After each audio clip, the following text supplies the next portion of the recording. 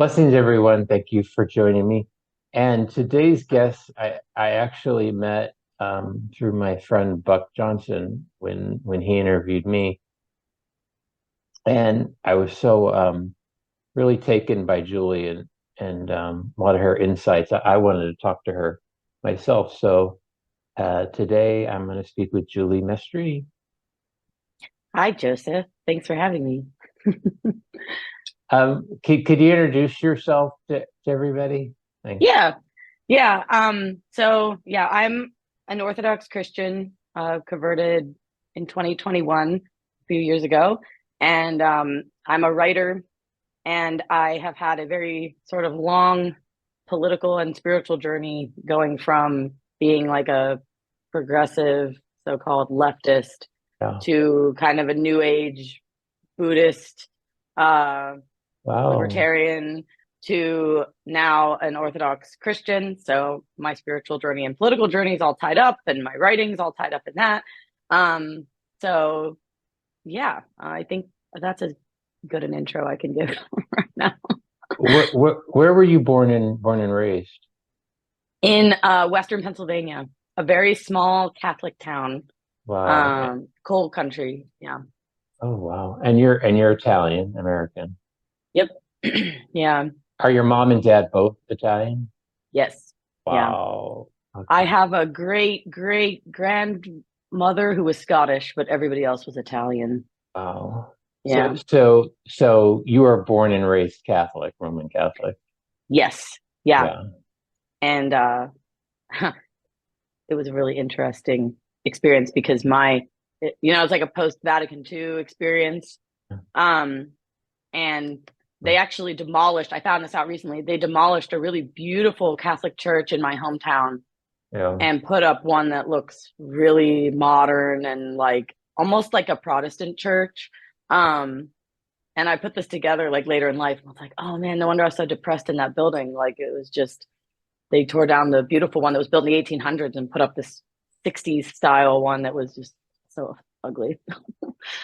I know when I spent a lot of time in Philadelphia and you saw that where they would, because the demographics in Philly have changed, where they would consolidate old parishes, into maybe one central one, and then the outlying parishes, which were these beautiful old churches, either built by the Italians or the Polish, and then they would either have mass like occasionally or just on Sunday, or the properties would be sold. Yeah, it's sad. Yeah. And I think the lack of beauty contributed to my eventual like rejection of Christianity. Yeah. Um, California, you had something similar where people moved into the suburbs, and in the suburbs you didn't have like the beautiful churches like they do like in San Francisco. They were usually ugly modern 1970s. Did you go to Catholic schools or? no, I went to the public school just because my family couldn't afford the private Catholic school. And um, I don't even know if they would have sent me to it if they could have. So I went to the public school, but I went to CCD every Sunday.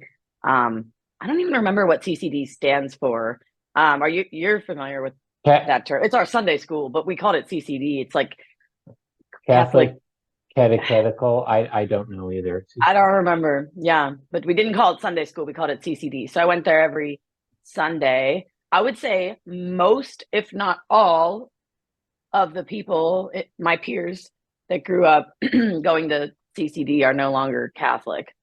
Um, so it was a really like, and part of it's like, I don't know, it wasn't a very good like catechism. I always felt like I had questions that weren't being answered, or like that I wasn't really like grasping the Catholic doctrine in ways that like made sense. And part of this is because like volunteers were teaching it. And this is like rural Appalachia, right? So we would be asking as we got older, we would be asking questions that I don't think the teachers were like equipped to handle. These like volunteers from this, rural community, they weren't like theologians, or I don't know. Yeah. Um, And so it wasn't very satisfactory. And I always felt like church was very like boring and cringy. And like, I was religious when I was young. When I was like very little, I felt like I like wanted to be a nun for like a little bit. I was like, oh, I love God. I could be a nun. Like when I was very little and I believed in God. And then when I hit like my teen years, it just started to fall apart because, you know, kids start wanting to party and like, and you're being told not to, and you're not sure why. And you're like, and you're not listening to your elders and they seem kind of cringe and lame and you just want to have fun. And so you start following your peer group, right?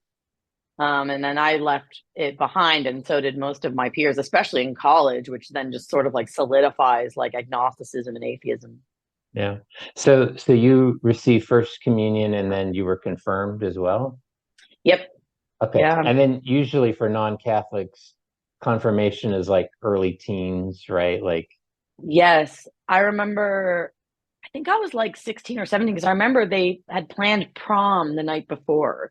okay. And I remember being like, kind of like, well, this is dumb. Everyone's like hungover or whatever and having to go to their confirmation. But I went to the public school. So, I mean, I don't know. They didn't care, I guess. But yeah, so I would have been like 16 or 17 when I got confirmed.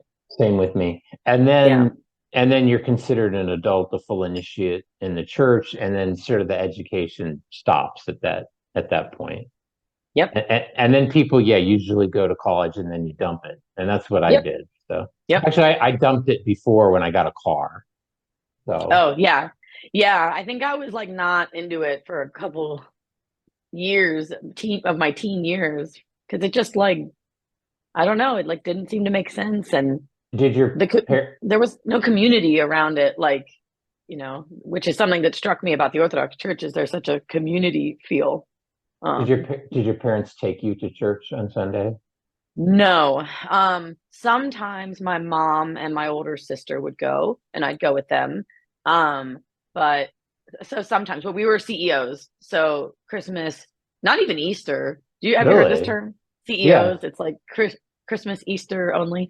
But I don't even think we went on Easter. We would just go on, and we only went on Christmas Eve, Okay. for most of my upbringing. So we didn't even go on Christmas Day. But my grandmother was devout and she went every Sunday and she would stop by our house after church and just give us the church bulletin, just as like a Okay. she wouldn't say anything. She'd just like chat and like give us the bulletin every single Sunday.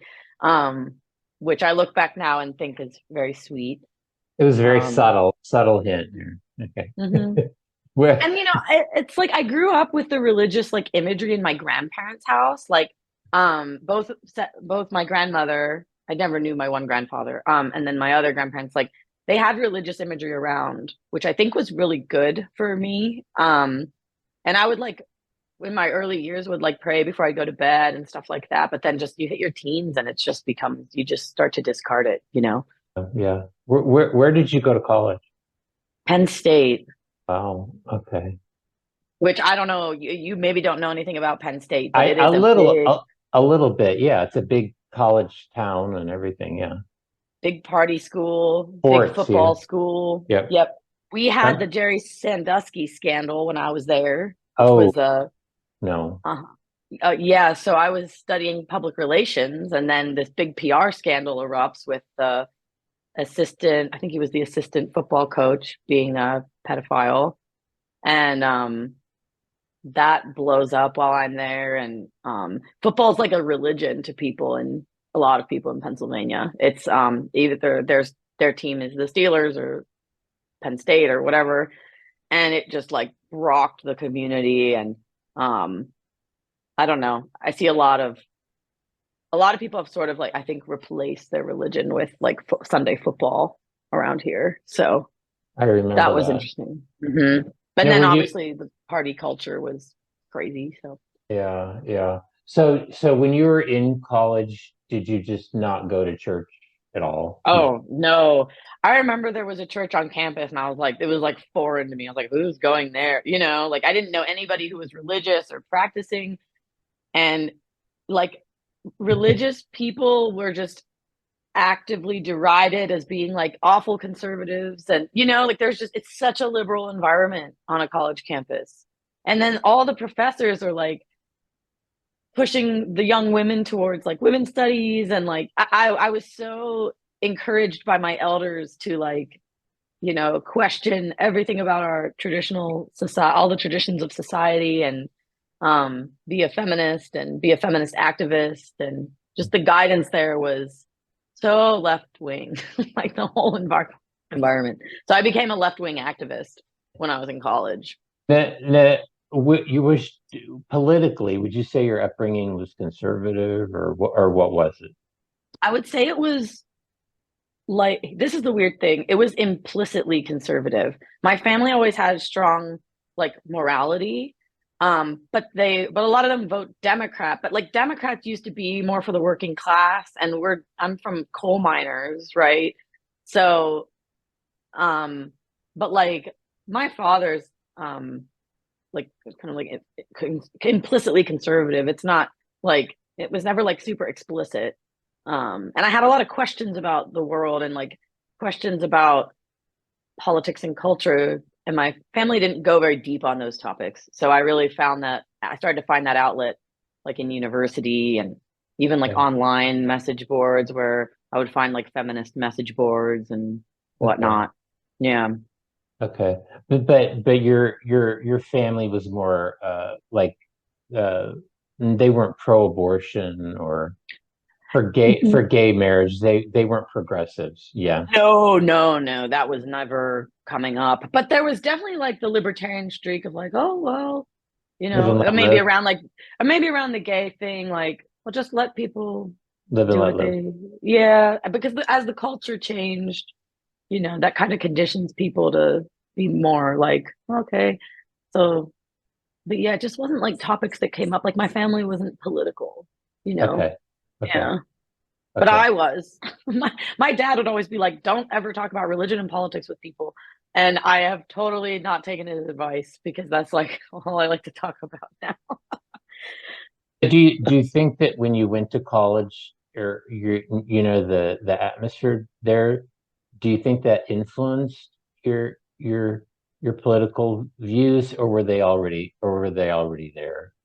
Oh no, it 100% influenced them. I was being totally influenced by, I got in with the Democratic Socialists of America group at Penn State. It was small. There were only like 10 of us. And then it was a lot of the LGBT kids were in that. So and then I got involved with the I guess they were anarcho communists. Um, Goodness, so yeah. I found this group of people who were super left wing, and they were anarchists and or socialists, whatever, both, I guess. and yeah, you can be both, I guess. And got in with them and started doing a lot of campus activism around like LGBT issues and like um uh yeah, just various Was this things. was this pre 2015, so pre Obergefell? So were you guys I think that happened when I was in college. okay? So I were you went pushing for gay marriage, or was that something you worked uh on? I No. didn't do like explicit activism around that beyond like posting about it on social media a lot, like, my support for it and all of that. So, um, I was vocal about it. A lot of our like campus protests we did one about like, we did like the ride against rape because we were focused on like rape culture. Oh, I remember that. So we did one of those, and then we did some like anti-war protests. I didn't even know what was going on, I don't think. And then I remember there was like a group of like more right wing guys at one of the like student publications that just thought we were ridiculous. So we'd get like some press coverage in the blog, the like campus blog and stuff, and they just thought we were ridiculous. How, Um, how did you get interested in like left wing politics? Did you just like hear about it, or did you meet oh, somebody, or I mean, you don't just show up to a meeting like that. You got to be like, well, this looks interesting. Yeah. yeah. So you know what a big thing was student debt radicalized me because I was Hmm. like, why? And this is happening to a ton of young people. I was like, it's so expensive for me to like get out of my small hometown and get a degree and like make money, and my family can't afford this. How did this happen? And then it makes you like hate capitalism, and right, even though the issue is actually government subsidies, I think, of or government guaranteed loans, I think, is what's inflating the price of college. But you start to become radicalized because you find the economic system so unfair. And then when you feel like the economic system's unfair, you sort of naturally gravitate towards like socialism. So that's really what started pushing me that direction, I think. I don't know how I got into feminism. I think it was the internet. I was like on these celebrity message boards, this like live journal account where people would talk about celebrity gossip. And a lot of the people in there were in women's study. They were older than me and they were in college. So this would have been when I was in high school, and they were feminists. So I was kind of being exposed to those ideas online, which is not unlike what's happening today with like transgender stuff, people being exposed to the ideas online, right? So for me, when I was young, the radical idea, the people talking about politics and seeming interesting was like the feminists. And then I kind of carried that into college. So It's interesting listening to, because I'm like two generations like before you, uh-huh. because I went to UC Berkeley and then Mm-hmm. I was there in the early 90s. And what radicalized me was the first Gulf War, which Oh, which I interesting. felt which my generation felt was all about oil. So we were protesting that, and that kind of radical. And then I got into the gay stuff and all the other stuff and Oh, abortion and all. I never got into like women's rights, but I was very makes sense. pro. I was very pro abortion.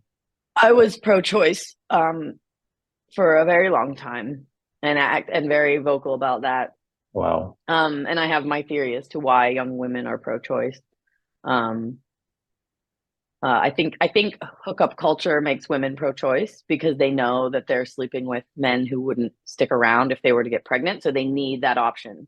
They need to exercise that option, but they also feel kind of forced into having to. I think a lot of women feel pressured to participate in hookup culture, um, because if everybody else is doing it and I'm the one person who won't have sex with a guy, I'm not going to be able to compete with them, right? No man is going to want me if I'm not providing what the other women are providing, so I better provide it, right? So then that naturally leads to being pro-choice because on a subconscious level, you know you need that option in case you get pregnant with the man that is not committed to you, that you're sleeping with because you hope you'll get commitment from him, right? Everything's backwards.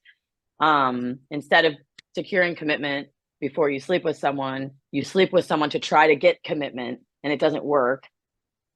So anyway, I think that's why. And so I was really involved in pro-choice, like activism. I was really vocal about that, I have and a I've totally question. changed my views. Oh, God Yeah, bless you. I have a yeah. question about this too, because I have a lot of theories about the difference between men and women, and you brought it up. But I've always thought that women, I think, want men that are emotional and caring and compassionate. And I think men will be emotional and caring and compassionate to get sex. And Mm, and women will give sex to get caring and compassionate men. Is that true? that sounds about right. Yeah, I yeah. mean, women aren't hardwired like men are. I No. think if even if women have promiscuous sex, I think they still want a commitment from a man. Oh, 100%. 100%. I think there's a lot of people online that are very cruel about promiscuous women, but it's coming from a place of women mistakenly believing that that's how you get the man to stick around. It's totally Exactly. wrong. There's like biochemical reasons why that's not true. Um, but that's what it is. Women want relationships, they want commitment, and they want him to stay around. And so, um, the what was happening in college was just like people didn't go on dates. Like no one asked each other on a date. It was just like you'd get drunk at a party and hook up, you know. That Oof. was the culture. I mean, oh, it's just disgusting. Like thinking back on it now, how honestly like depraved and uncivilized the youth culture is around sexual relations is disturbing. And then obviously you can't have this culture at all without the birth control pill. So that's totally a factor. And then, but then you also have your elders on campus like holding these like safe sex workshops and giving out free condoms. And it's like there was nobody on campus that was like, well, actually, like, here's a different view on it. Like, everybody on university campuses are liberal, right? So D- you're just stuck. yeah. Don't you think women are affected psychologically uh, differently than men? I think men in general can withstand the shallowness of promiscuity, but I think it affects women differently. I think it affects them more severely. Yeah, my friend always, I totally agree. My friend always says there's no such thing as casual sex for women. You For know? men, I think there probably is, but for women, there's not. Like, if she's being sexual with you, she likes you and she would like a commitment, most likely. I think there are rare outlier women who are have been traumatized, and maybe they're doing sex work or whatever, and for them it's not like that. But the average woman, yeah, she's wants a relationship. And she can't have casual sex. Like, she'll try and then she'll just be tortured by it. And I've seen this happen in so many women. And then one of the reasons I changed my views on abortion is because I watched women attempt to have casual sex, get pregnant, have an abortion, and then it just destroyed them. Like, psychologically, they were depressed, anxious, getting too drunk, getting blackout drunk, and then crying about it. I'd be like putting my girlfriends to bed and be like, what is she talking about? And she's talking about an abortion. Like, people, you're not allowed to talk about this, the psychological impact. And that's the progression of hookup culture and casual sex, is it like ends with the decimation of a new soul and of the woman's soul for what she participated in. And then people double down on being pro-choice because they don't want to admit the guilt, or confront the guilt, or confront that they did something wrong. So it's easier to just say, no, it's fine. It's a clump of cells. Right. Don't any of these in college see I grew up in the AIDS era, but don't any of these young people beyond pregnancy, don't they worry about STDs? That's weird. I mean, Because those are still around a yeah, lot. and people were always getting them. I think it was just like the real serious ones were not. So, like, because I'm straight and white, so in those circles, HIV is not really a big concern. But the other ones, it's like, well, a lot of them are treatable. So But still, people, I know, but I feel like people are just like, yeah, well, they'll get my antibiotics or whatever. I guess they just don't see it as serious. But I do remember ugh. like some friends getting paranoid about like HIV, like, oh, I slept with this guy and I don't even know him, and like they would like affect them psychologically, where they'd be really anxious, right?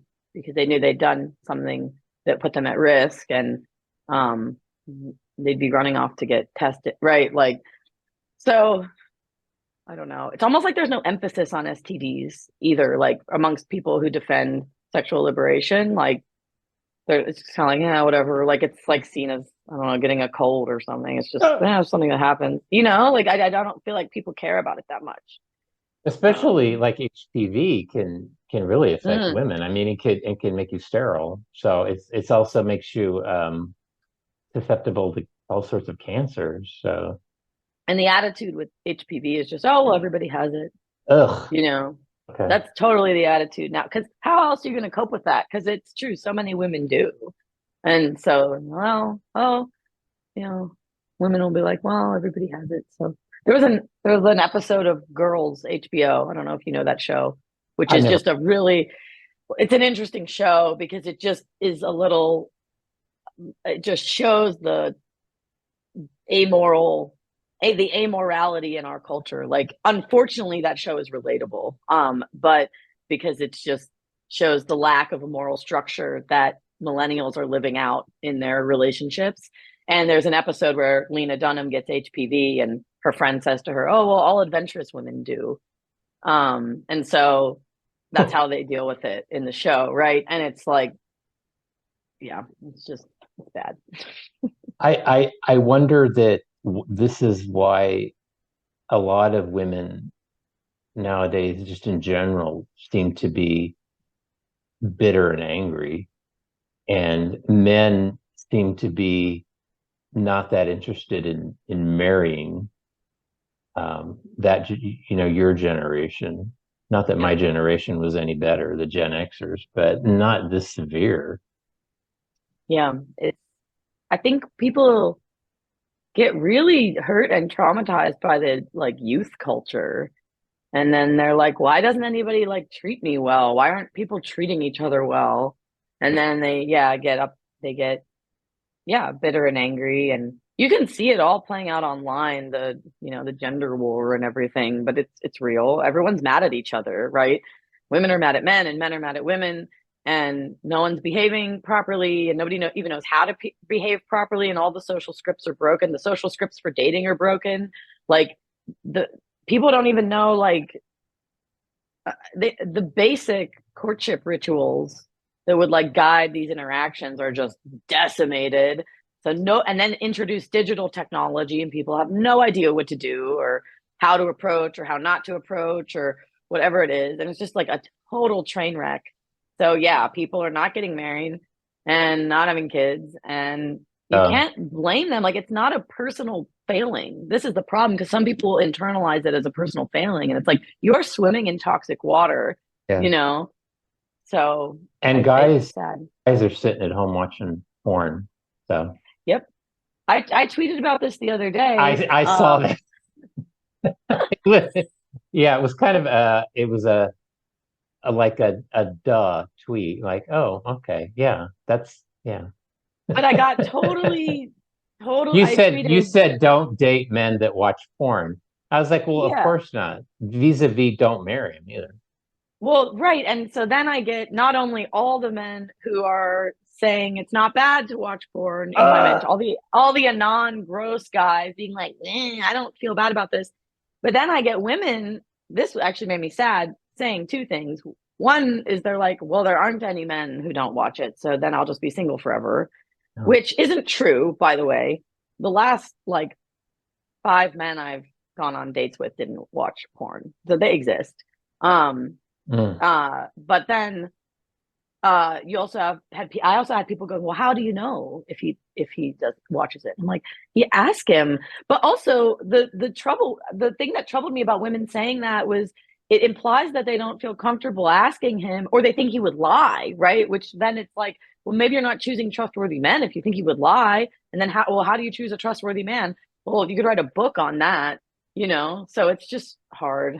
Um, but yeah, and my the reason I tweeted that is because I know women whose marriages are being destroyed by porn, and it's So, also destroying the dating scene as well. If you do even reach the point of marriage, it can destroy your marriage, but it also is screwing up the dating scene as well, because I think that men can sexually gratify themselves through porn. It's a simulation, and then they're not incentivized at all to better themselves and become attractive to real women. Um, so they just are channeling that energy into this like digital simulation instead of into the what would be required in real life to like get to that point with somebody. Um, so there's just like so many reasons why it's bad. So, but if all women were like, we don't tolerate this, we don't want men watching porn. If all women agreed, I think men would be like, oh, I better, women don't like that, so I'm not going to do it. Right. But if we have a permissive attitude, then they'll think it's okay. But this is tricky because it's like you need all women on board with things. You need a cultural standard that everyone shares for this stuff to work. Because same with casual sex. You need all women being like, we don't do that, for men to go, oh, okay, I better become worthy and marriageable, then I'll get sex. But if you have like just it doesn't benefit, it's well, it hardly benefits a small group of women to hold that standard. You need broad agreement for it to impact society and to impact the men. That's the trouble, is there's no consensus of standards anymore. That's I very know, hard to navigate. Yeah. agree. I personally know women that have divorced their husbands over his porn addiction or use, and I had to say I don't blame them, because and I posted this on your on your Twitter feed is that women see that as a form of adultery, Yes. and men don't view it that way. Yep. Yeah, Yep. it and, I and had. Oh, go ahead.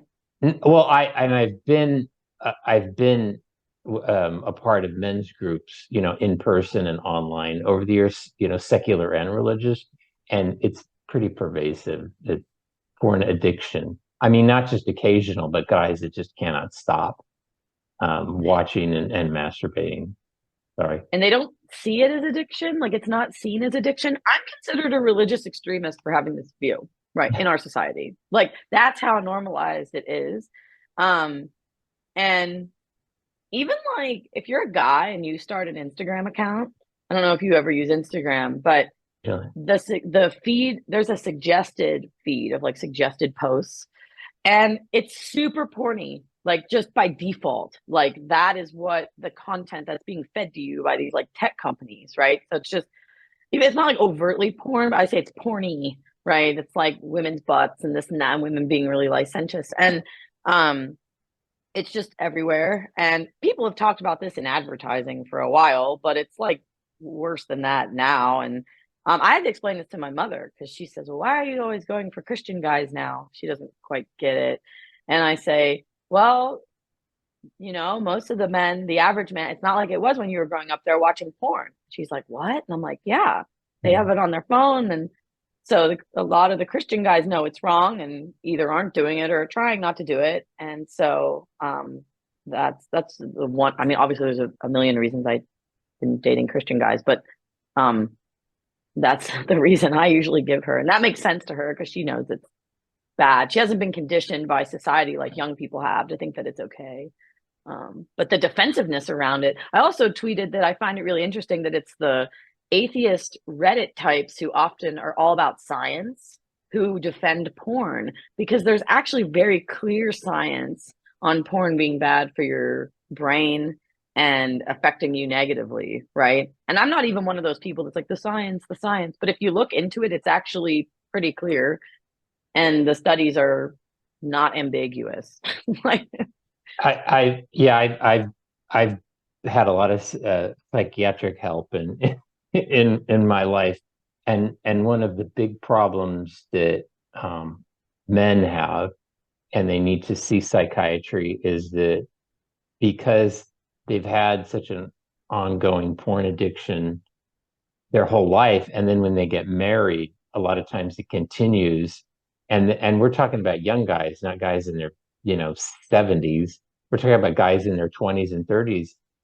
A lot of times, even when they're married, they need to go on medication because they're not excited with their wives, because they're yep, so conditioned with porn. It's very sad. So you've yeah. got so it's a couple, and the man is so deeply affected by porn, and then it affects the wife, and what a mess. Yep. And it's just, it's like, Ugh. gay or straight, this is a problem in both communities, right? Well, Um, that's a good segue. mhm. The difference is that I think women are are not wired like men, and in the gay male community, you can have a lot of sex without any emotion or commitment, and women aren't that way. Yep. So like you said, like women moderate sexuality, Yes, male sexuality, but in gay communities, no, there's no moderating force, there's right? no there's no stopgap. No. Right. Yep.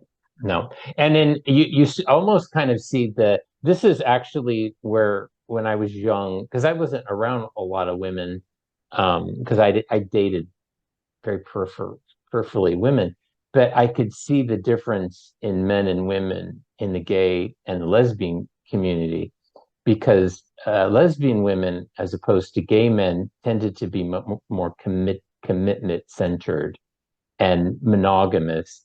Women tended to have uh, sometimes more than one relationship, but they tended to be long term. Yep. and they tended to be highly emotional as well. So when gay women broke up, it was like a big thing, and it kind of went on for a long time. And then the ex-partner was dating somebody else, and there was still like a commitment, and there was drama between everybody. Yep. I've seen Men, that. yeah, men, it was like, wham Yep. bam, by, Yep. you know. Yeah.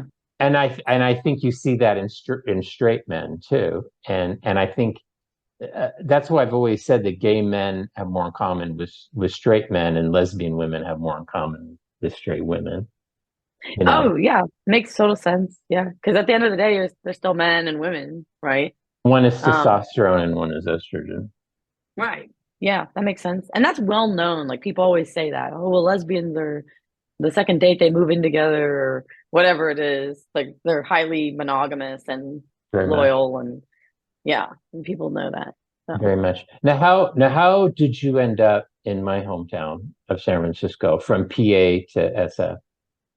I was studying journalism and then at Penn State and then decided I liked my left-wing activism so much that I'd like to make a career out of it through PR and advocacy. I wanted to advocate for things because I thought society was so screwed up. Now, at that time, my position was that our traditional mores were screwed up because I was a progressive. Um, so I wanted to help fix society and be an advocate for something. And if you're a good journalist, you know that you shouldn't be advocating for things, although that standard has died. So I switched to public relations, and then I started working for a nonprofit remotely that was focused on street harassment. So it's a feminist nonprofit, and then from there, I got a full-time job at a left-wing advocacy site based in Redwood City. They hired me to do marketing and social media, and they paid for me to move to the Bay Area. Oh, Yeah, so that was so my so when ticket. was that cool to move out to San Francisco? Oh yeah, it was amazing. I'd been in Pennsylvania for 22 years and I was bored and depressed and needed something new and it was just amazing to get I never thought I'd be able to move to somewhere like the Bay Area. When Was it I like culture shock when you came here? um Not at really. first, no, not at first. And it slowly over time conditioned me into the culture there. It wasn't a shock. Because I moved to the burbs first. I moved to Redwood City, Mm. and that's where my company was based. And so that was actually I was bored, and I was like, I want to move up to the city. So I ended up moving up to the city where all the people like me were, and then I slowly got conditioned into the like, more like new age psychedelic, just the culture of San Francisco. It's a very spiritual place. People there are spiritual seekers which I loved. And it's such a creative place. And I mean, it was just the opposite of Pennsylvania in so many ways, Hmm. good and bad. Um, and I had a great time exploring the different, I don't know, subcultures. But even there, like the subcultures are almost like the main cultures, if that makes sense. Yeah. That's the weirdos are on the top of the culture, unlike other places where it's really underground. And I liked that because I've always felt a little weird and I was drawn to artistic, creative people and people who have weird, different ideas. I liked exploring ideas. And yeah, so that's Yeah, why I ended up. if you're more traditionally bent, then you're on the fringe there. Yep. Very, Whereas in very, Pennsylvania, it's the opposite. If you're traditional is the mainstream. And if you're like an artist, you're like on the fringe. So it was, yeah. yeah, interesting. Now, how long were you here in San Francisco? 6 years. Oh. Feels like longer, but a lot happened in those 6 years. No, no, so you hung around mainly progressive people. Well, So something interesting happened. I'm guessing. So I started to, before I left Pennsylvania, I started to have an interest in libertarianism because Hmm. I had some good friends who were libertarian or becoming libertarian and leaving behind the sort of like anarcho-communist ideas or whatever. So I started messaging a friend, well, what do libertarians think about the minimum wage? What do libertarians think about this? And he was like, read this book. And he sent me a book about libertarianism. And I read it on the drive out to California. So by the time I got to California, I was like, oh, you know what? I don't think I'm left wing economically. I think I'm a libertarian economically, and I like capitalism and markets and all that. So then I was the weird, like, left libertarian at this progressive group. And I was struggling to find other libertarians in San Francisco, people who were more like right wing economically. And I still had But my left wing social views. that's what I was going to say. Libertarians are pretty progressive Oh, socially. They're live and let live. yes. Well, I now mean, I see they're that. for Yeah, legalization of drugs. So, absolutely. And sex work, yeah. prostitution, and all of that. So I, which I also used to be in favor of legalizing. And I'm not a libertarian anymore, but I was for a while. And San Francisco, I always say this to people, it's a very libertarian city because libertarians and the left share their social views. It's like the same thing. So I fit in there a little bit, but I didn't when it came to my like economic views because I liked capitalism and I was like, no, markets are good. We don't need socialism. I was like not a socialist anymore.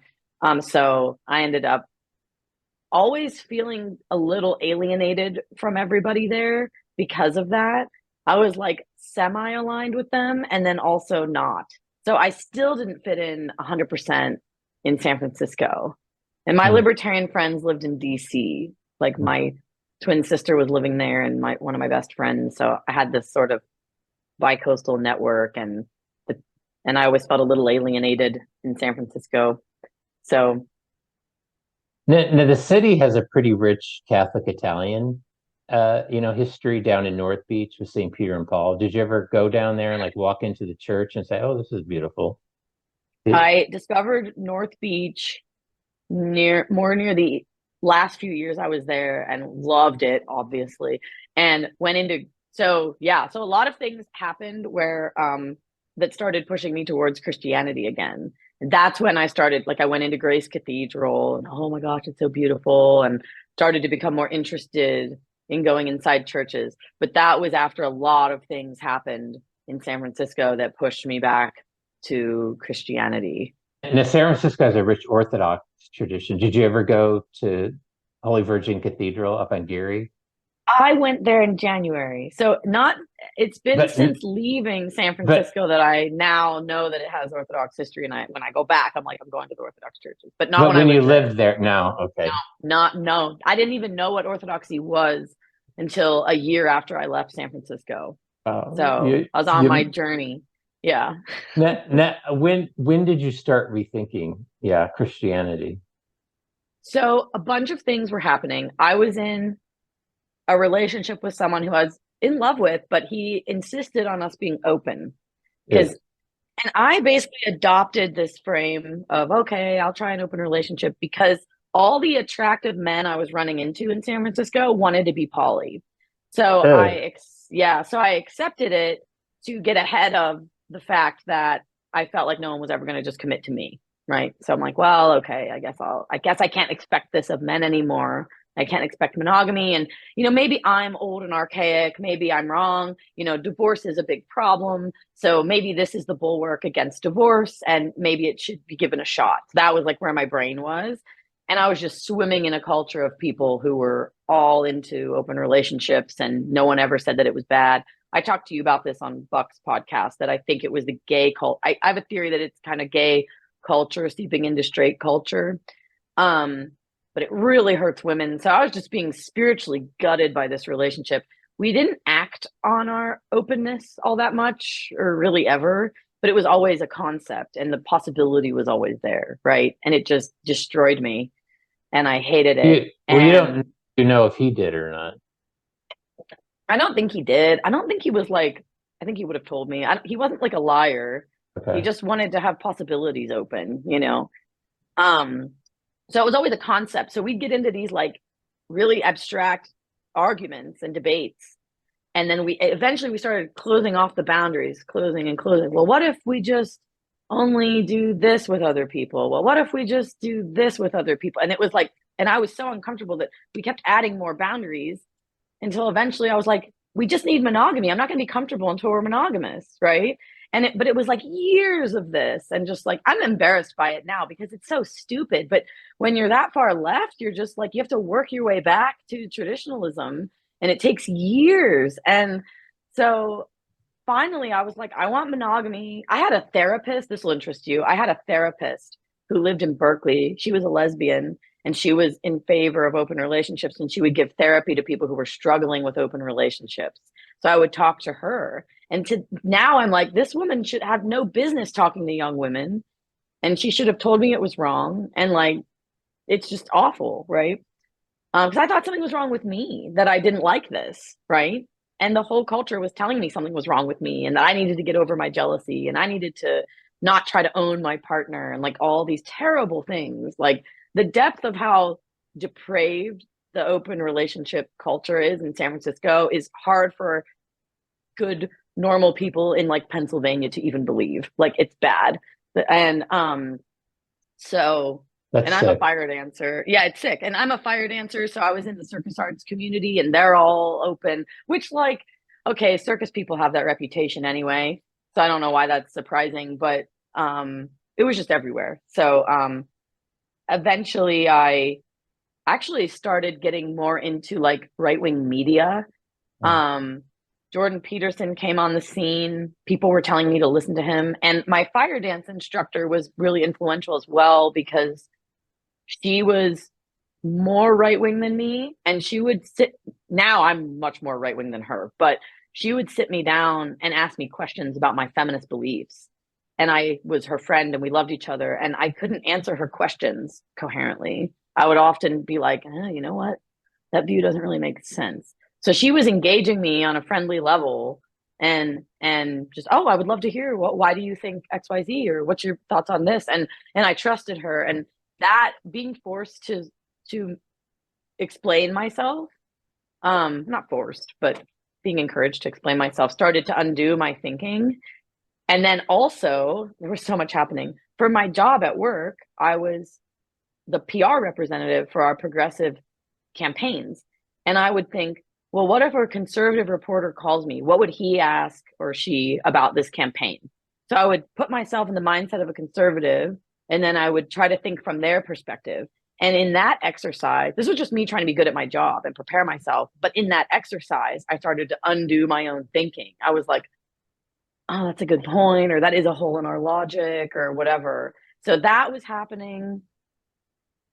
People were telling me to listen to Jordan Peterson. Stuff started happening in the culture. Okay, you live in San Francisco. Do you remember when James Damore's Google memo came out? Yes. He got fired. That was a pretty big like red pill moment for me because I read his memo and I was like, there's nothing objectionable in here. Why are people calling him a sexist? Right. And so things like that were happening that were making me question the whole culture. And in that, I started to think, Christians always said this stuff. They always said Exactly. they always said sex before marriage is wrong. They always said there's men and women are different. Like they always said all this stuff, and that wasn't coming from nowhere. And I just started to really be like, oh my gosh, Christians were right about stuff. Amen. And yeah, and that was like this. And yeah, so I started to be much more. And Jordan Peterson's a really good bridge for people like me because he's not even a Christian, but he like talks about the Bible in an intelligent way, so I could respect him, right? Mhm. Whereas my Catholic upbringing was like, it's like rural Appalachia folk who aren't as high level, and I felt like I didn't really respect their intellect or something. They Not did the to best they they're could, yeah. Yeah. Yeah, they're good people, but that was just hard for me. So Jordan Peterson was smart and compelling, and then he would like tie it into psychology, and he talked a lot about men and women's issues and all this stuff. And so that was really the doorway that I started to walk through. Yeah. Your story is very similar to mine in that you had to figure out these things for yourself. So, and thank God No you one could even have told me. eventually, yeah, I think some of us Italians we're a bit stubborn. So That's the stereotype, and I'm like, oh, maybe that's true.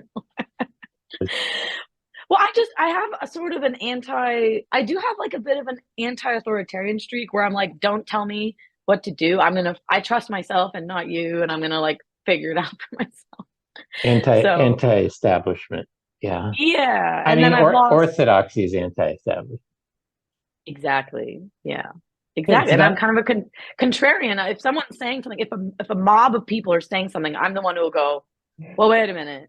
You know, that's why I ended up looking up Joseph Nicolosi, because the mob was saying he was bad. And I go, well, what's he saying? You don't tell me. I'm going to find out if he's bad. Right. Yeah, he's a dear man, and his son is very good. And but Mhm. it's interesting what you say about a lot of these theories trying to be foisted on women.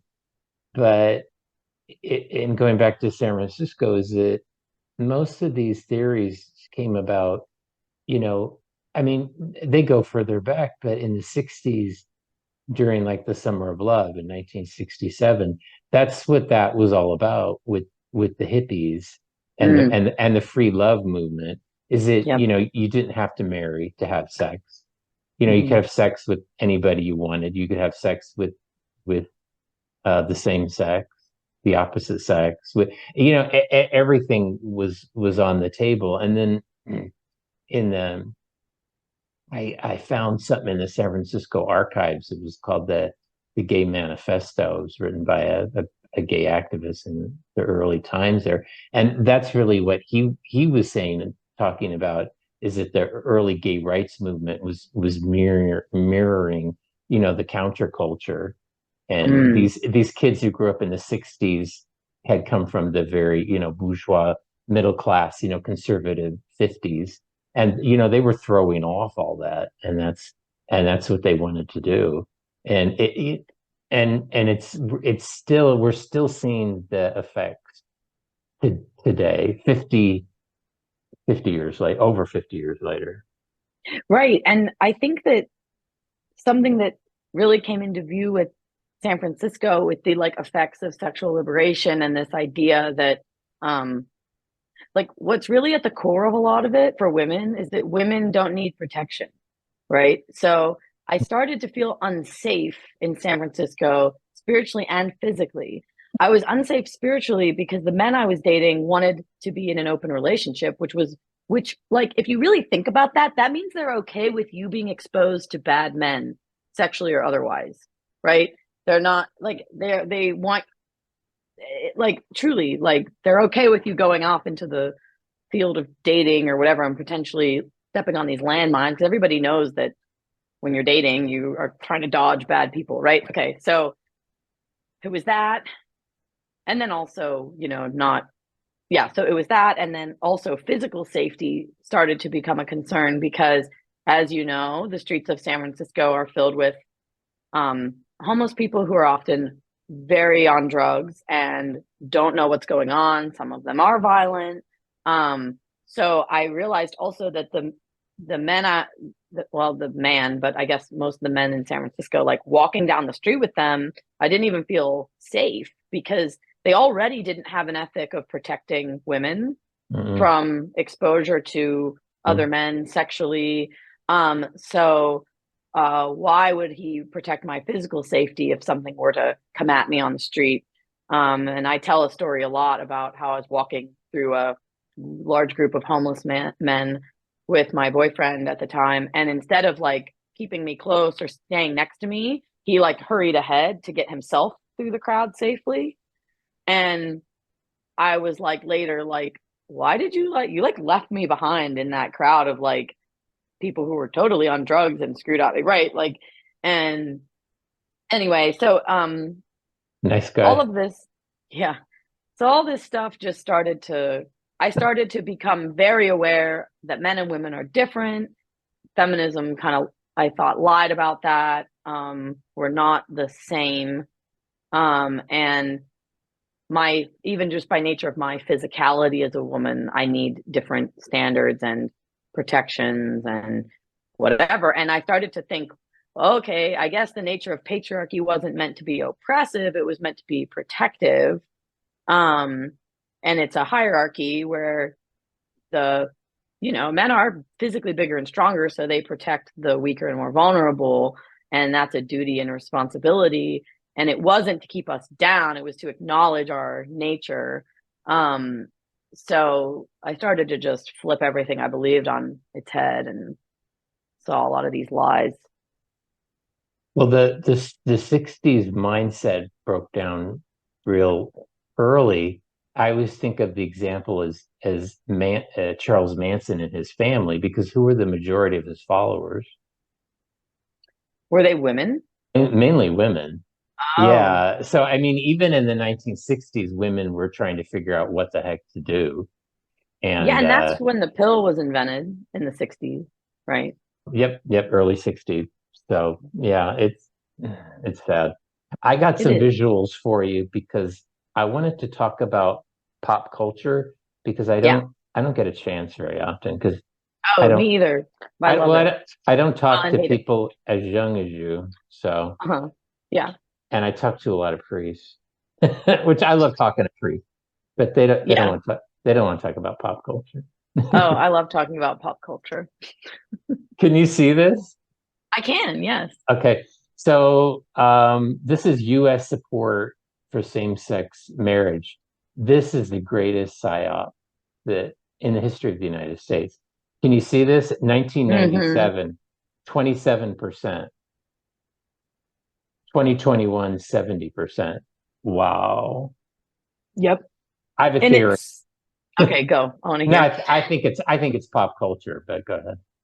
Oh, sure. I could see that. I mean, pop culture was really my introduction to the rabbit hole of politics and spirituality and culture and everything, right?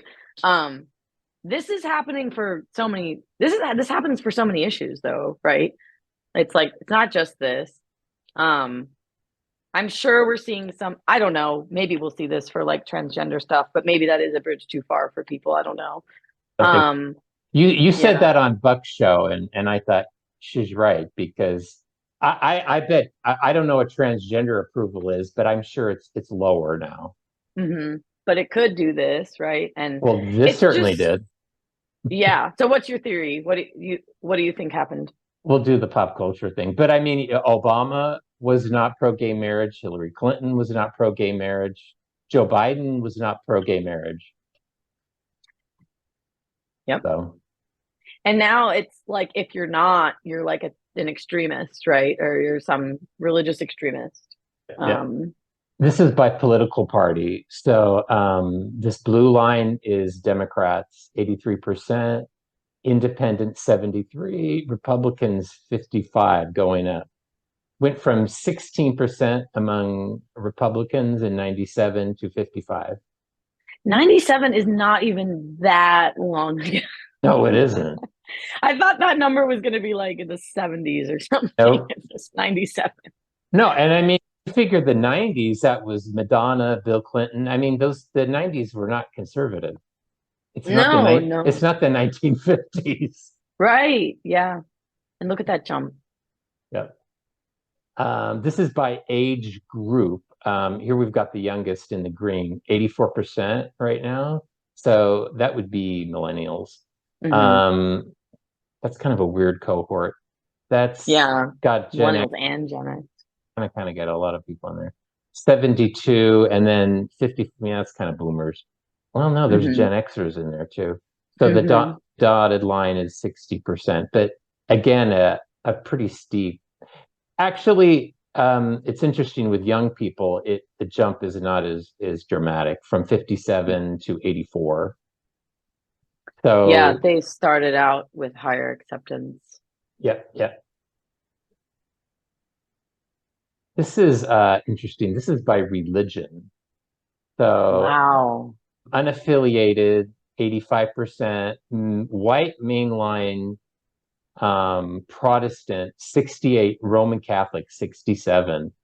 Wow. Now, this is interesting. Black Protestants, 44, lowest white evangelicals, 35. Wow. Yeah. A Hmm. lot of Catholics I know are quite liberal. Oh my And gosh. even with being pro-choice, I'm like, that's not what the church says. The um, majority of Catholics vote Democrat. yeah, yeah, Yep. absolutely. This is really interesting. So this is Western Europe. This is majority Catholic countries, gay marriage. So of course the Netherlands was the first country to legalize same-sex marriage. 92%, Belgium, UK, Switzerland. I don't know why UK is on there. They're not majority Catholic. Mm. Spain, France, Austria, there's US. This was interesting. Look at this, Ukraine. Whoa. 6% in favor, 90% opposed. I wonder if this Whoa. is why the West was so interested in Ukraine. Oh, wow.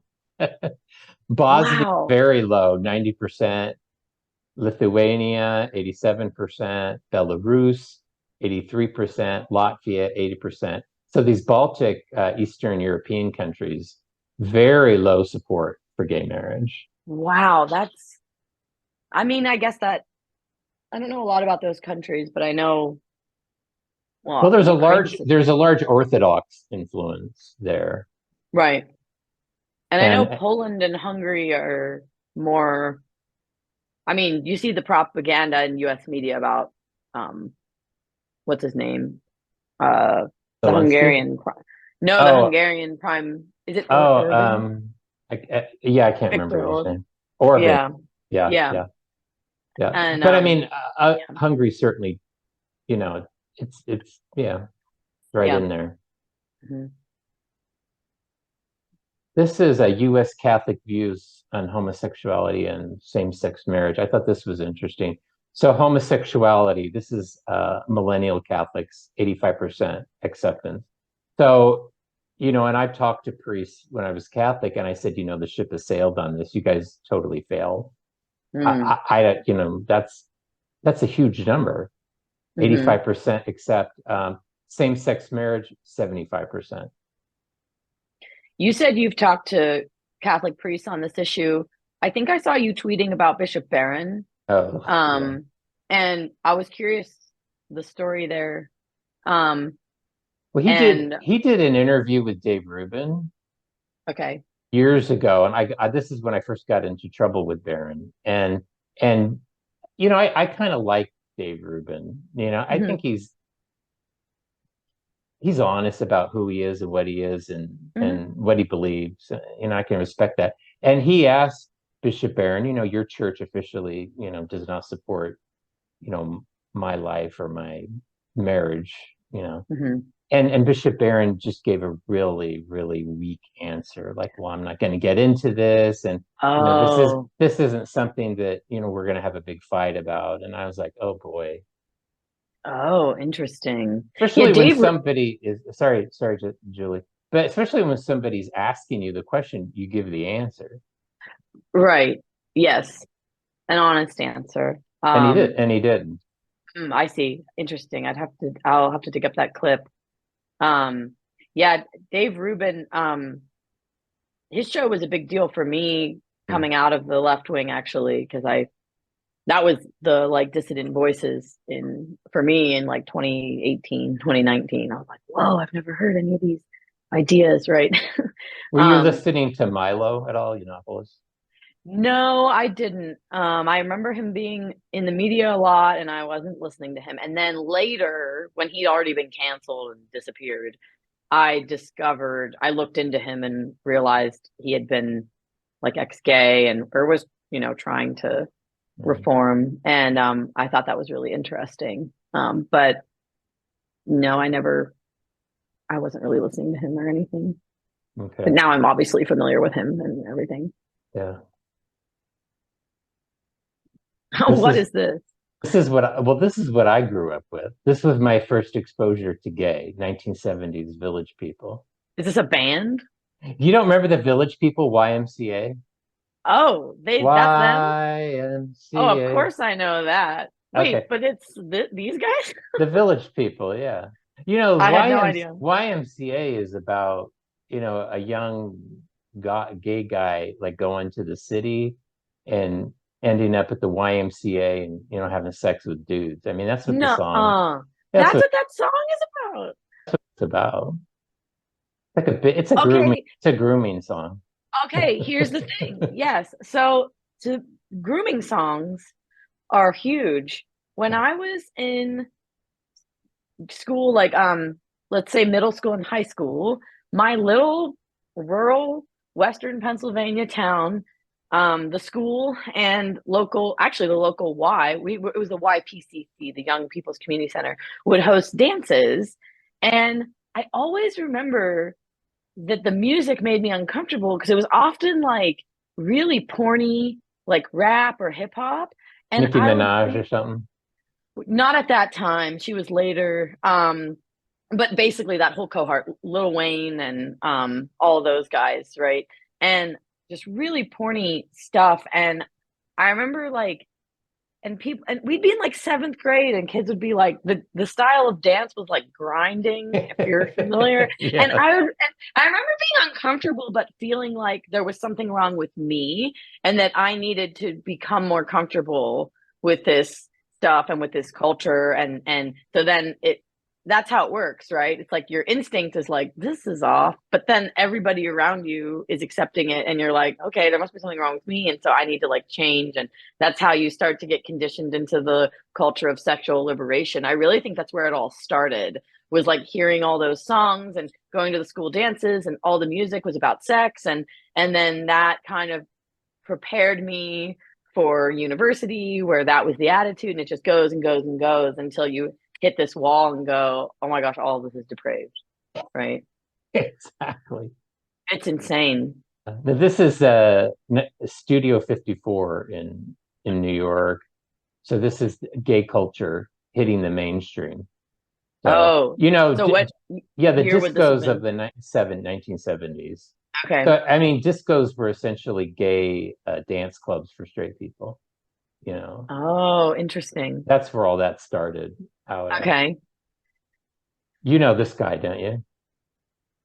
So Why is the name see, Billy George coming to mind? oh, you're close. See, you're a millennial and I'm Okay. a gen. That's Boy George. So, Oh, Boy George. Okay. yeah, 1982.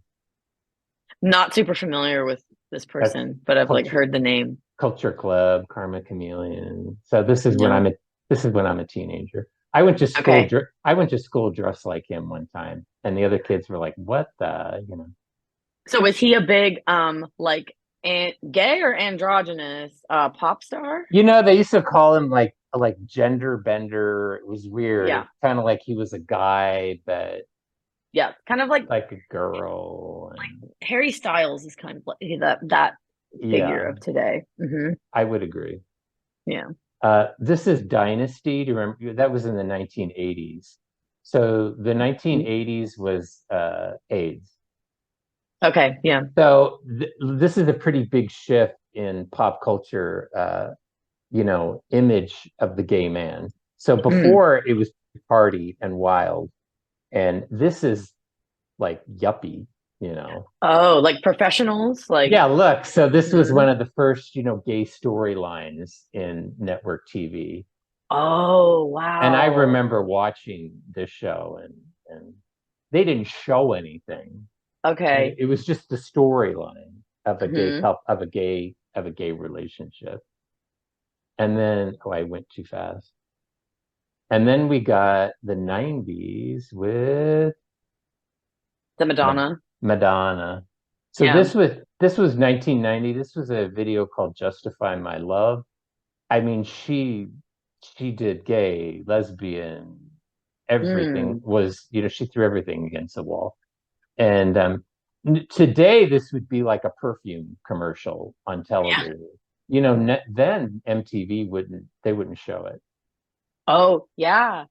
They wouldn't. Yeah. I remember MTV banning a music video when I was in sixth or seventh grade. Mm. And it was a Vanessa Carlton song, White Houses, where she talks about her losing her virginity. And that was weird even then for something to be like banned from MTV. That was years after this. But today, no, I don't think anyone would care Oh. about that. It wasn't even that explicit. 1993, RuPaul. Oh, okay. So He's been around that long. this is way before Drag Race. So Okay. yeah, this is the 90s. So you're seeing, homosexuality, fetish, drag, all go mainstream. Interesting. He had a big pop hit. Oh, okay, yeah. I found out he did music. I didn't know Yeah, do until you a couple remember years that? ago. This is oh gosh, what was the Is this name? to Wong Fu? Yes, thank you, with Patrick Yeah. Swayze, yeah, and Wesley Snipes. Yep. So I've seen that movie many times. 96. Hmm. So it's going, it keeps going more and more, yeah. Hmm. Do you remember these gals? You're too young. No, I don't know who they are. 1999. This was a group called Tattoo, Oh, no, I don't know and them. they were big. They were from Russia, and they were. It was kind of odd because this is where it just keep. It's the slippery slope argument. So Hmm. now we've got these like teenage girls as lesbians, and they were, Oh. yeah, they were a musical act, and they were very big. Oh, yeah, they're like holding hand, they're like touching each other. I just Oh, noticed. oh yeah, yeah. Oh, I tried to interesting. pick the tamer pictures of all this stuff. Oh, okay. Yeah, which I At least appreciate. PG. I tried to Madonna, it was difficult to keep it at PG. Oh, I'm sure. Yeah. So this is the millennium. And Oop, then, I missed yep. And Katie. now we're getting into my era of Two, growing up. yeah, I think this is 2008. Yep. Katy So, Perry, yeah. I kissed a girl. Now see, I'm out of the gay life at this point, but I'm Hmm. still interested in pop culture. And when Hmm. and I remember this to this day. I remember going to a grocery store like Safeway or something here in San Hmm. Francisco. And usually on the overhead music, it's more like middle of the road, like ABBA, Backstreet Boys, Hmm. stuff like that. And Hmm. then so I'm pushing my cart, through and then I Kissed a Girl by Katy Perry comes on, and I was like, what Yep. the? And I'm like, there's kids in here with moms and Uh-huh. kids, and I go, they're playing this. I go, this Yep. isn't going to end well. I remember this song playing in the I was on campus at Penn State and it was playing and I had a similar experience that I distinctly remember where it was playing in like the student hub or it was like a cafe or something where I was just like getting a bagel. And I remember I always hated this song. I always was like, what is it was just to me also was just like disingenuous and performative and stupid because she's obviously not gay. And I mean, not that that would like make it any better if she was, but I just always hated this being drilled into my ears all the time. And my instinct was like, ugh. But then it was one of those things again where it's like, oh, but everybody else is on board, so I guess there's something wrong with me, you know? But that was because I read the critiques at the time, and that was the critique of the gay community. It was putting on a sort of a caricature, Mm, or using gay as a gimmick. right. Because right, she's not. I think the response would have been different if she was a lesbian or Hmm. bi, or if Miley Cyrus had done it or something like that. Right. Hmm. But I mean, Katy Perry is interesting because she was a Christian singer. Yeah, I didn't know that until I think you or I maybe my wrote a sister whole told me article recently. about Yeah. her. Yeah, I mean, she was kind of Hmm. raised by Jesus freaks, Okay. from the 70s and her And parents.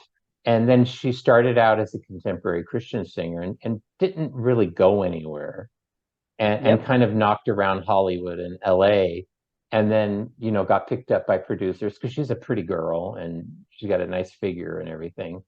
And she did these songs and it was kind of like, and she took off and it's kind of like selling your soul for Well, I was success. just gonna say, have you seen the clip where she says she sold her soul? Yeah. Yeah. And I mean, I am so I love pop music. I do. Not all of it, but I like a good number of female pop singers.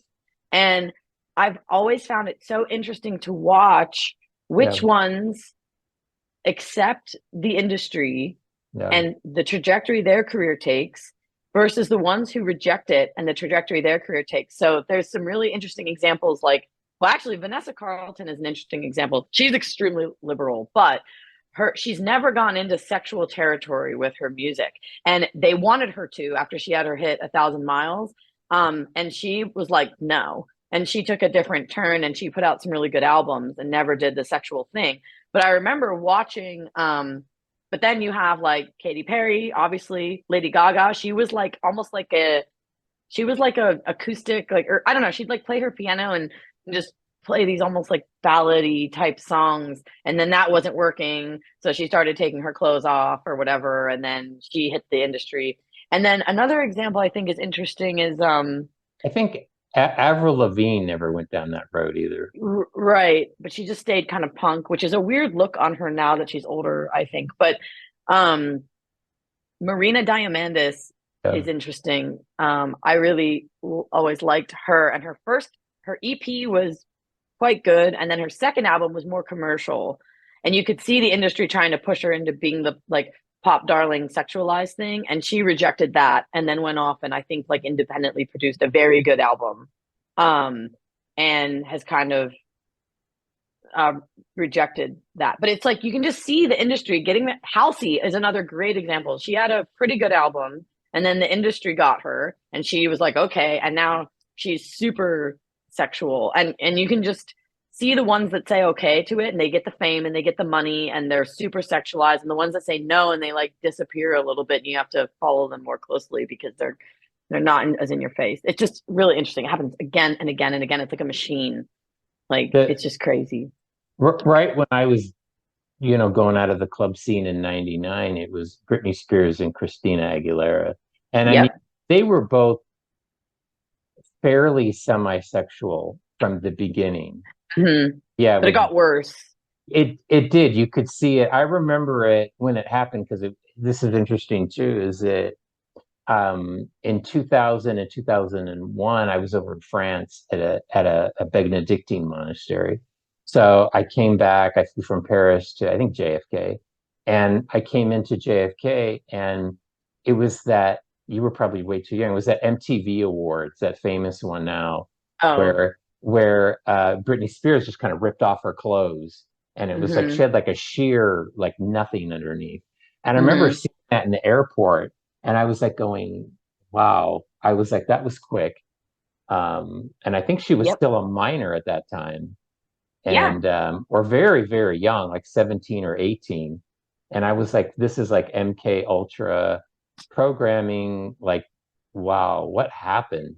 Well, and I remember when I was a little girl, I don't know how old I would have been when her first album came out, but I loved it, right? And it was like 99, her 99. first album. Yeah. So I would have been 8. And so I like loved her first album, and she's looking real cute on the cover and it's all pink, right? And Yep. then but those songs were That's suggestive, right? And but not like super hit me, overt. baby, And then one more time was really yeah. Well, I remember weird. not even knowing what that meant. I was like, I don't know what that is, but I like this song, you know. And then she starts doing this like but then there was like the schoolgirl music video with the short skirts, and that was weird. But I liked the album. And then she took such a hard it was a much harder turn where like her next thing was like I'm a slave for I'm a you, and slave for she's like you. yeah, and I was like, what? And I remember again like having the instinct of being like, ugh, like repulsed and kind of like not being a fan. And same with Christina Aguilera. She had that song Dirty. Ooh, Like, that was rough. oh my gosh.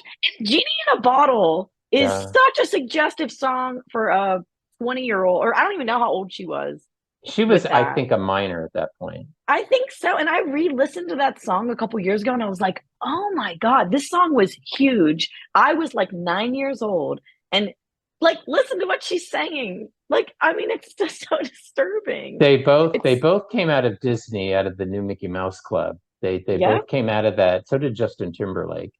Uh-huh. They all came out of that milieu. So it it's It's so very disturbing. well. It plays into a lot of what Jay Dyer argues, and I think Jay is usually. I think people think Jay is kind of a nut and a conspiracy theorist, but well, prove him wrong. I don't think you can. This And is Macklemore, Same Love from 2012, I'm going to say. So this is leading up to Obergefell.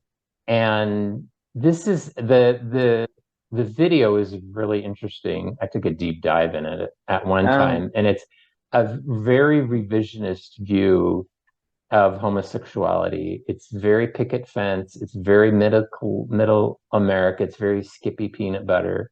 It's like, oh, yeah, very sweet, very romantic. if you look back at the 70s, what I showed you, the sweaty village people and YMCA, this is the complete opposite. So Mm, this is brainwashing here. So this was pushing same-sex marriage. hmm. So at this time I never saw it. it was going state by state at that time. Oh, this was a big hit, this song. Yeah, Macklemore's Same Love. Yeah, I think I started to diverge from the mainstream culture probably okay. around this time because I think I had the right instincts to like reject mainstream stuff like this, but then unfortunately I went into more of like the new age, like psychedelia sort of culture, which has its own issues. Um, This but is I'm very familiar with Lady Gaga, and I yeah, was a big fan of her in this her is the 20s. same time. So this is Born This Way, which is Hmm. really interesting video. I don't remember if people remember like the prelude of the video, which was completely bizarre. Do you Yep. remember it? Okay. Oh, absolutely. Yeah. Yeah, There's a lot of, yeah. Yeah. so you mentioned this on Buck's podcast. Yeah, she's Italian American, very Catholic. much from New York. Yeah, Madonna was from Michigan, but they're very much from that same kind of working class milieu. I mean, also that you came from, Hmm. and but she's a later generation, Lady Gaga, so it was a bit harder than Madonna, and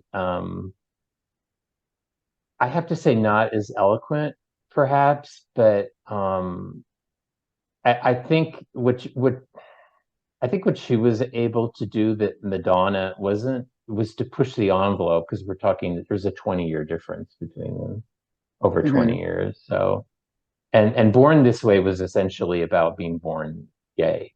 Hmm. And so that's what she was pushing at the time. So that was part of the pop culture effort. So I mean, Macklemore and her are kind of like they're kind of like bookends. And Macklemore was, revisiting homosexuality as something that Middle America didn't need to fear. That Hmm. it was very pedestrian and bourgeois and suburban. And I think Lady Gaga was a little more honest because I think the freakiness of the Hmm. video was still there, but the song became a big anthem because I remember I was still outreaching in San Francisco at the time, and then boom, right away I started seeing all these flags, Born This Way, in the rainbow colors. Oh, wow. Wow. Huge. It was Well, and huge. she's interesting too because like I loved her when I was in my 20s, and looking back, there's a lot I appreciate about her, like as an artist, whatever. I'm always drawn to like the weird, and she was super weird, and she has some songs that are quite good, and some music videos that are like not too bad. Well, early stuff. But I think it was bad overall for me as a young woman to listen to her because her whole, I mean, because of that sexual element. And I think I like look to her as someone, I guess she's how much older than me? Is she like 10 or not that much older than me? I think she's in her late 30s, or mid to late 30s. And it was her, even her, like her influence on like young women. It's just she was so sexual, right? And I think a lot of those messages were bad because I was almost looking for like when you're a young woman, you look for models, and Yeah. the only place to look is the culture, especially if you're outside of a church environment, which I was, right? And also like I am drawn to creative people, and I like people that are creative, and it's just like there was never, and I never felt like there were any like models, especially growing up in rural Pennsylvania. It's like there aren't a lot of like artistic types here, older women who are both smart and creative and, you know, contributing in those ways and interesting people.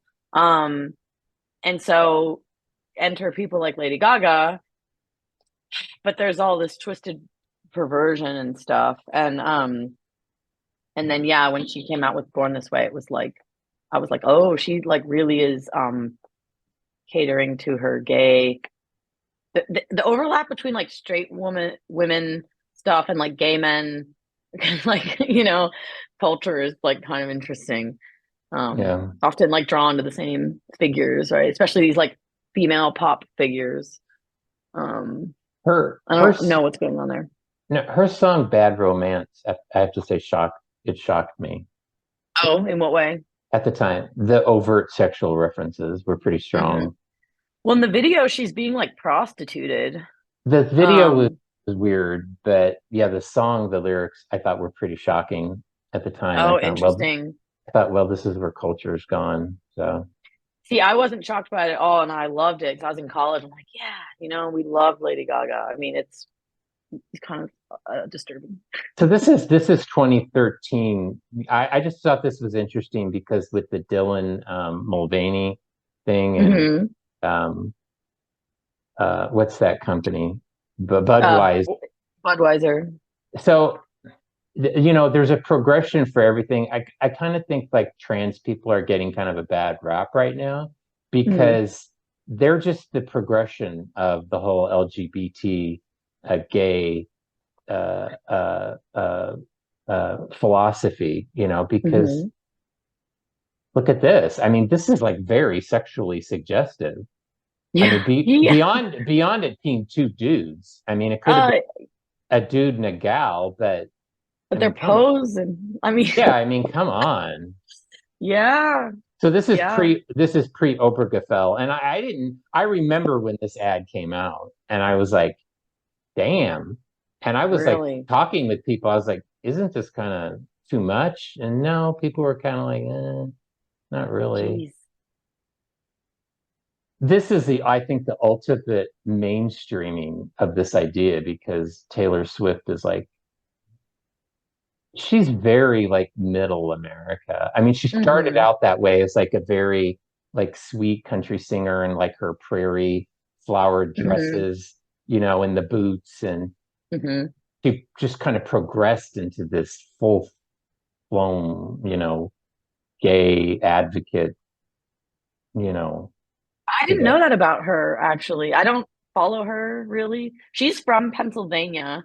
I didn't Um, know well, she pretends she's from Nashville, but she's not. People around here are mad about that. They're like, she doesn't claim Pennsylvania, and they get mad about it. that. Um, but she's from Pennsylvania, and I didn't know that she was into the gay advocacy, actually. Huge. Um, really? Okay. Oh yeah. So can you imagine all the little girls, at her, Hmm.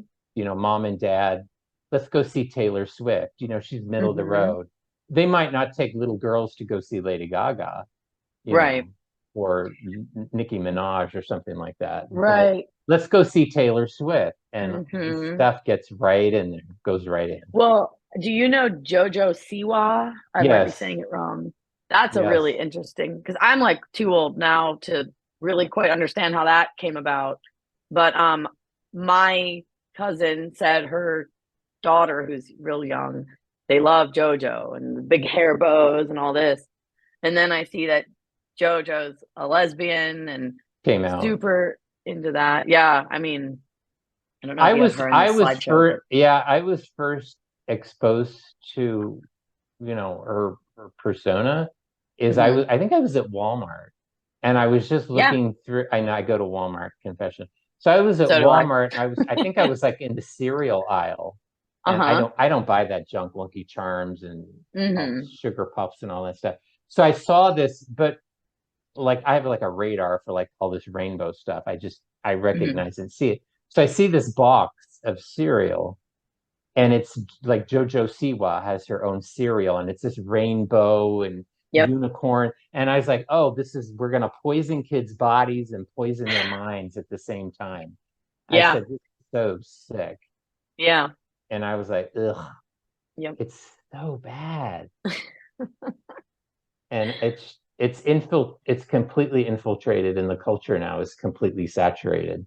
And And I don't see any way to get out of it. I see, let's end it this way, is that I think I think they've won. I hate to say it, because I think mm, conservative movement has really, if you see like, the Blair White, people hmm like that in the conservative movement, now they got this Ollie London in the conservative. Oh Have you yes. seen him?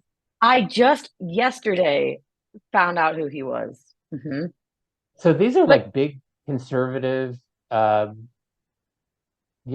the podcasters, like Tim Pool mhm, has Blair White on, and mhm.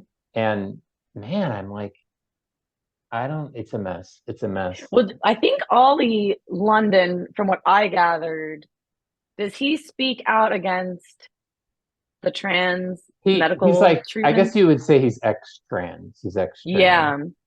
So that's interesting because I do, I think that like, I think it's good that conservatives have been elevating like detrans voices to the degree that they can, but Blair White isn't like Blair White takes like a slightly different view on like trans stuff. Like they don't toe the line of what the left says about all of it, but they are trans and believe that's like um I mean I guess like a healthy route to take or whatever.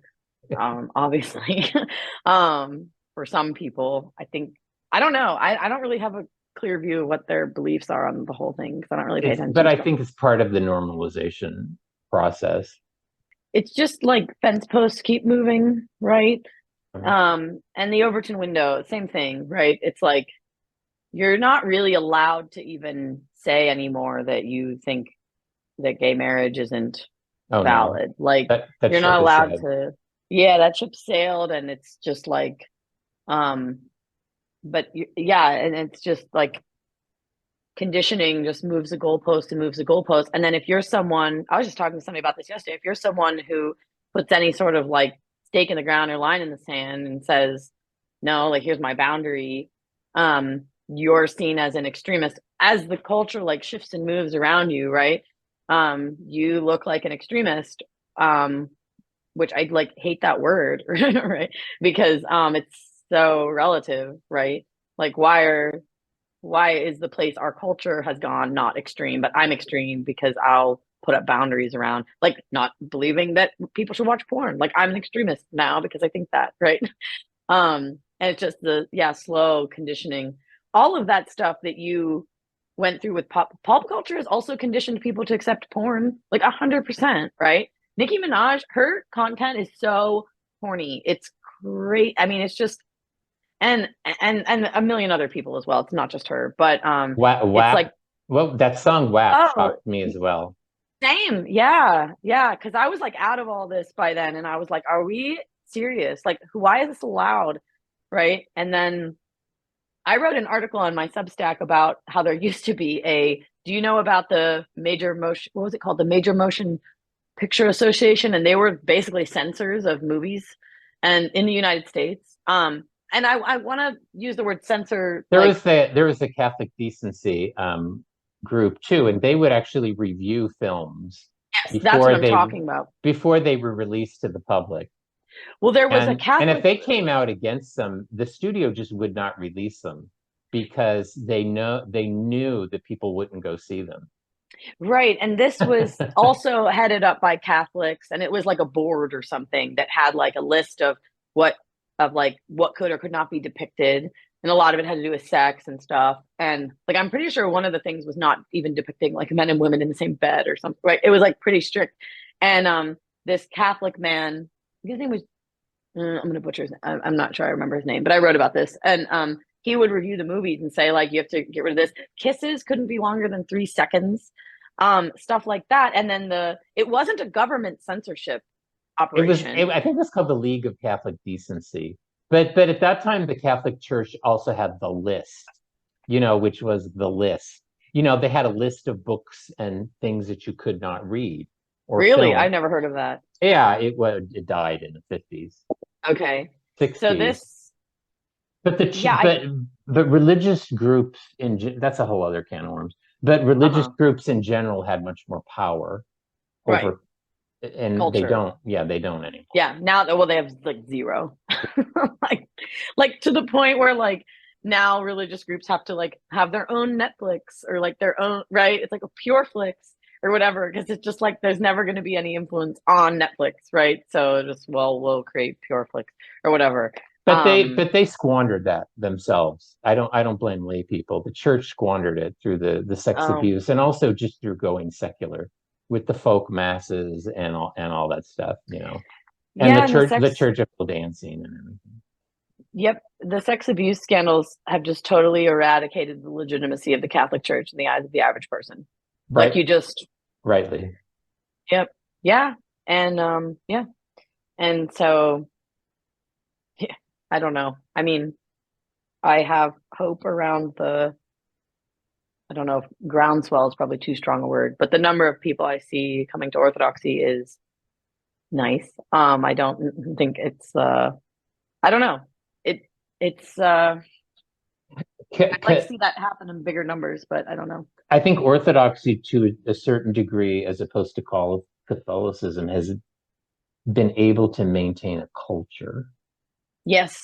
And people want culture, right? Because when I came into the Orthodox Church, well, that was a big reason I didn't like the Catholic churches because there was no community or culture around it. It was just a duty-based thing. Well, I went to church and I left, right? And then when I get into Orthodoxy, it's like there are visual elements, there are like practices, there are community gatherings, there are events, it's a whole culture. And that's what I always wanted, was to participate in culture. That's what like led me to San Francisco. Because honestly, like, God bless Western Pennsylvania, I love it, but there is not a very strong cultural life here, and the culture that does exist is very unappealing, and it's difficult, right? So San Francisco was this shiny beacon of culture, and I got right in there, and then it was so toxic, and like, yeah, culture's so important, and you're right. Orthodoxy has it, and it's not toxic, and that was just so wonderful to discover. And I feel strongly about preserving it and being a part of it. And I see a lot of young guys. I mean, well, Buck is one of them too, but just Jay Dyer and a lot of the guys out there are really interesting and vital. I don't see any corollary on the Catholic side. It's boomer and it's kind of middle aged. God bless them, but I don't Mm-hmm. see it. I don't see it engaging material that in an interesting in that of an interesting way. So Yeah, I I totally mean, agree. Yeah. I couldn't get Catholics. I'm going to let you go because I've kept you too long. I couldn't get Catholics to engage in the topic of pop culture, and I mean the intellectuals, because I always wanted to talk about Madonna because I think Yeah. it had a huge effect on Roman Catholicism and pop culture, and they just don't take it seriously. Wow. But I mean, they better take it seriously now because look what happened. Yeah.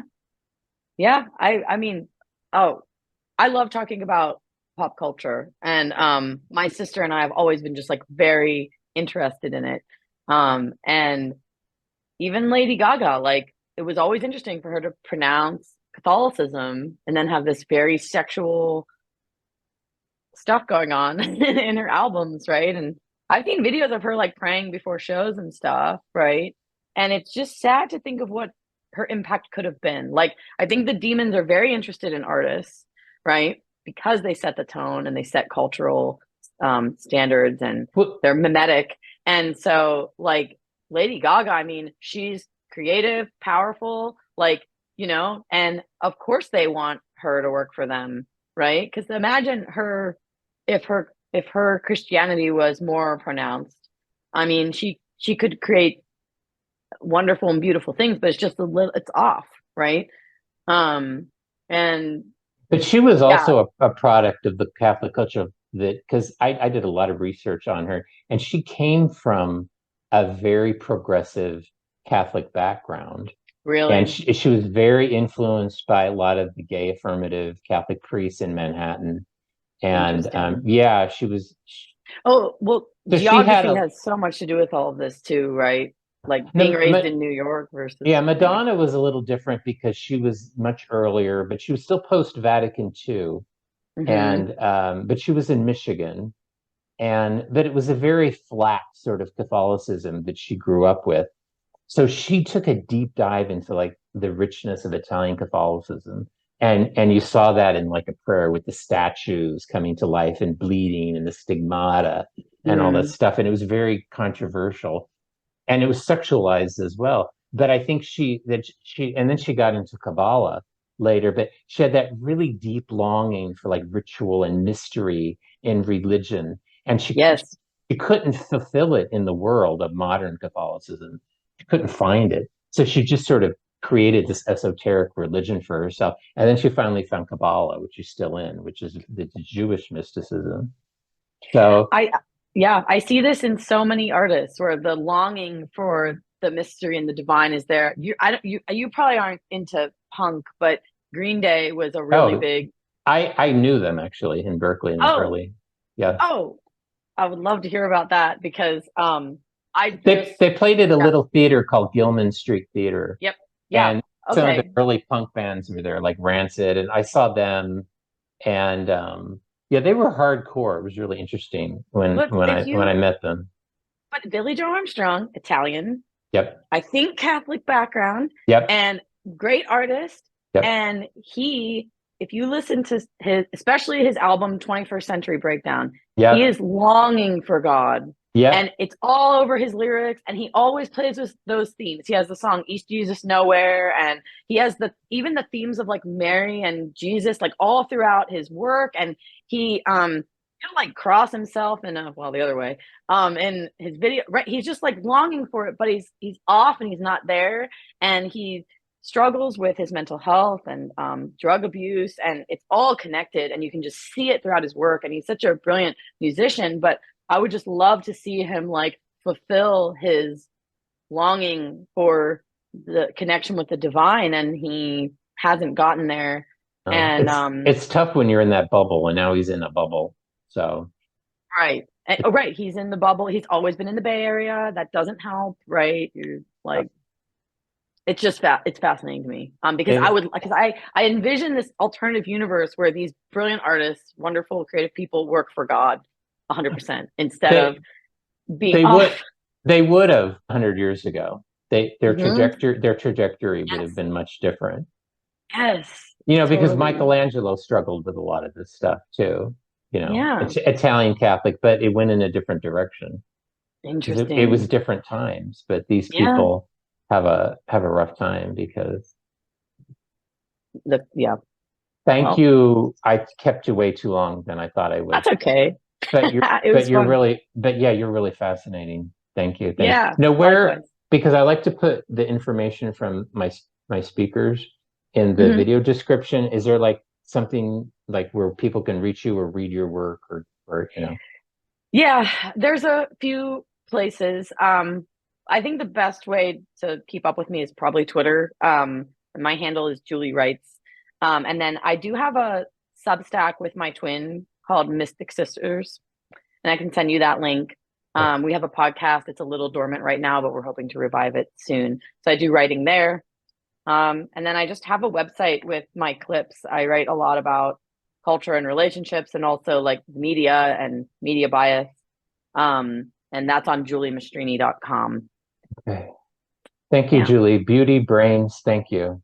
You're Thanks. This is so fun. terrific.